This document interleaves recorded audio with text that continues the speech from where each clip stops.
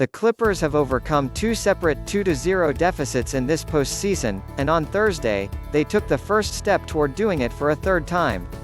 After falling behind in the first half, the Clippers erupted in the second to win Game 3, 106-92. They will now have a chance to tie the series in Game 4 on Saturday. Paul George led the Clippers with 27 points, but as has been the case so many times this postseason, it was Reggie Jackson who sealed the win with an incredible fourth quarter. He finished the game with 23 points to help make this a 2-1 series. The Suns, meanwhile, got very little out of their star guard tandem.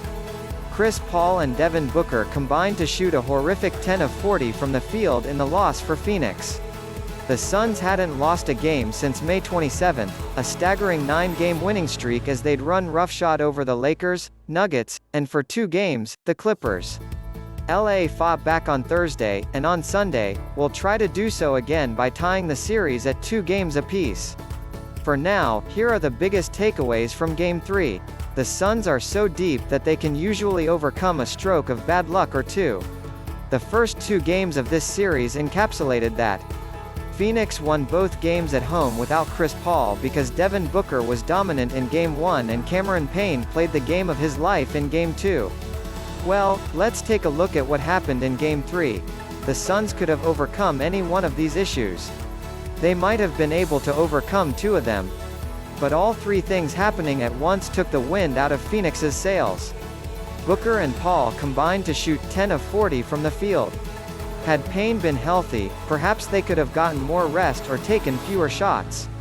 But these playoffs have been defined by luck on all sides. The Suns are the healthiest team left in the dance. Now, they'll have to overcome a bit of bad luck to retake control of this series on Saturday. Between Game 6 against Dallas and Game 6 against Utah, Ivica Zubac played only 10.9 minutes per game for the Clippers as a backup. They'd found a formula that worked against those specific opponents.